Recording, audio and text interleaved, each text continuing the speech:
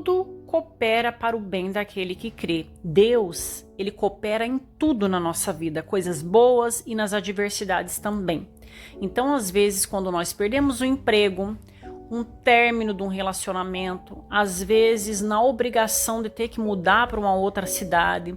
Então nós olhamos com um olhar de que coisa ruim que aconteceu na vida, uma adversidade, mas é Deus trabalhando através disso na nossa vida, porque tem decisões que por nós mesmos nós não tomaríamos, mas Ele toma a decisão e nós às vezes olhamos como um ar de adversidade, de coisa ruim. Mas ele diz que tudo coopera para o teu bem. Então, se você acredita, confia em Deus, então preste atenção nos detalhes da vida, porque tudo coopera para o teu bem.